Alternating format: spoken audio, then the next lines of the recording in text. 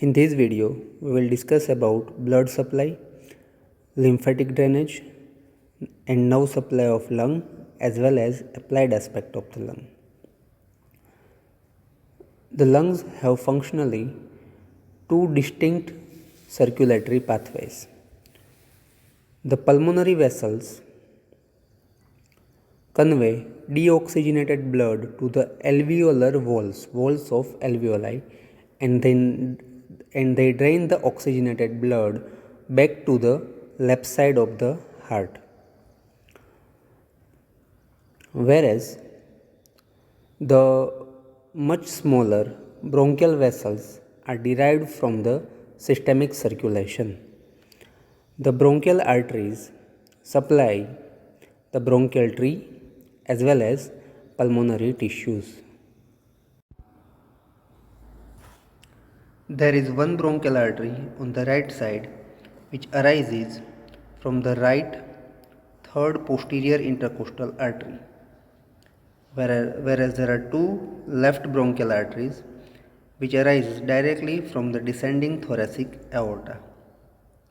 There exists a precapillary anastomosis between the pulmonary and bronchial arteries. These anastomoses enlarge or open up when any one of the pulmonary or bronchial arteries gets blocked or obstructed. Apart from this, there may be smaller bronchial branches which may arise directly from the descending thoracic aorta and lie in the pulmonary ligament. In such cases, there may be severe bleeding during inferior lobectomy. The greater part of the venous blood from the lung is drained by four pulmonary veins into the left atrium of the heart. Whereas venous blood from the first and second division of the bronchi are drained by the two bronchial veins on each side. Right bronchial veins usually drains into the azygous vein, and the left bronchial veins usually drains into the accessory hemiazygous veins. With reference to the blood supply of the lung, you should know a condition called as pulmonary sequestration. What is it? When a portion of lung exists without appropriate bronchovascular connections, it is usually supplied by the systemic vasculature. Such portion is called as pulmonary sequestration. The extralobar pulmonary sequestration segments are covered by the visceral pleura, and such extralobar pulmonary sequestration segments are usually found below the left lower lobe. The intralobar pulmonary sequestration segments are classically found into the posterior basal segments of the lung. Extralobar pulmonary sequestration segments are usually asymptomatic, but they are often associated with other congenital anomalies. We will now discuss the lymphatic drainage of the lung. There are two sets of lymphatics to drain the lymph from the lung: the superficial lymphatics and deep lymphatics. The superficial lymphatics will drain the lymph from the lung tissue from the peripheral part beneath the pleura. These vessels run along the borders as well as margins of the fissures of the lung towards the hilum and ultimately drain into these bronchopulmonary lymph nodes. The deep lymphatics drain the bronchial tree, the pulmonary vessels, as well as connective tissue septa. They also run towards the hilum and ultimately drain into the bronchopulmonary lymph nodes. Usually, superficial vessels are having numerous valves, whereas deep lymphatic vessels having few or no valves. There is some connection between superficial and deep lymphatics, which gets opened up when the deep lymphatics gets obstructed, so that lymph can flow from deep to the superficial lymphatics.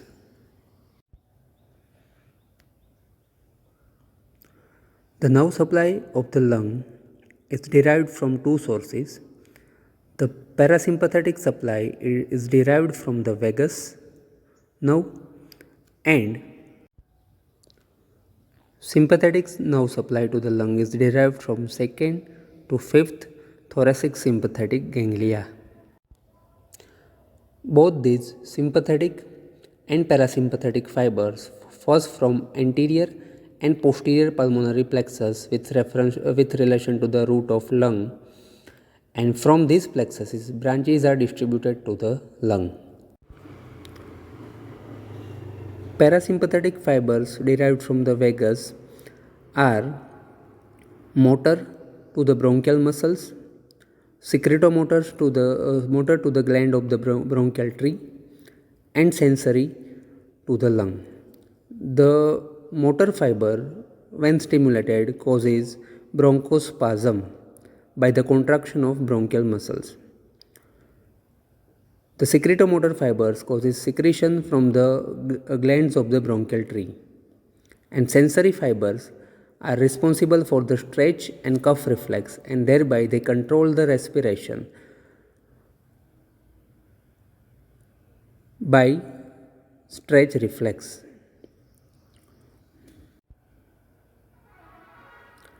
And by controlling the stretching of lung tissue during inspiration and expiration.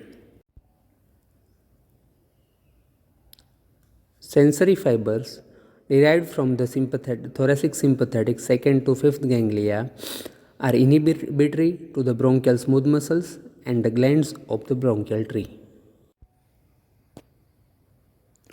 Clinical anatomy and importance of bronchopulmonary segments we have already discussed in the previous video.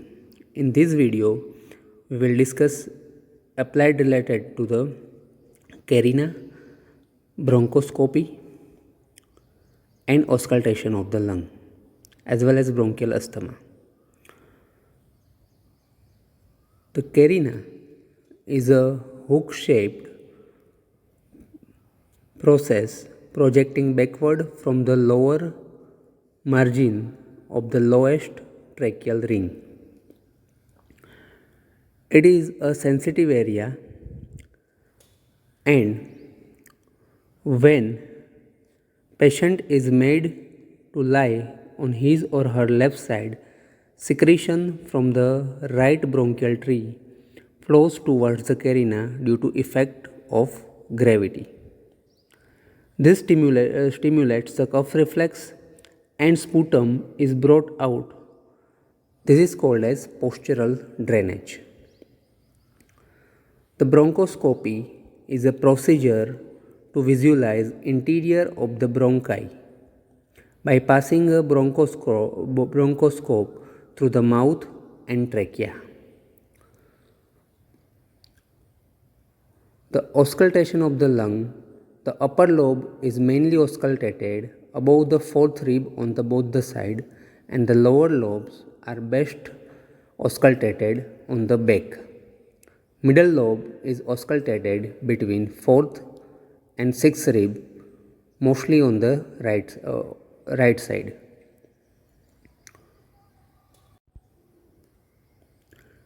In bronchial asthma, patient is having difficulty in breathing, especially during expiration, which occurs mostly due to the bronchospasm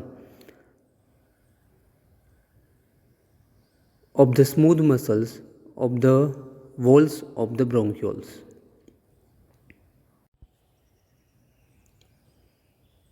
Lastly, the paradoxical respiration. In normal respiration, usually when we inspire the air, the ribs will move outside, and during expiration, ribs will move towards inside. But if there is a fracture of the ribs, and this abnormal fractured or flail segment, if move in during inspiration, and move out during expiration, then this reverse thing is called as paradoxical respiration.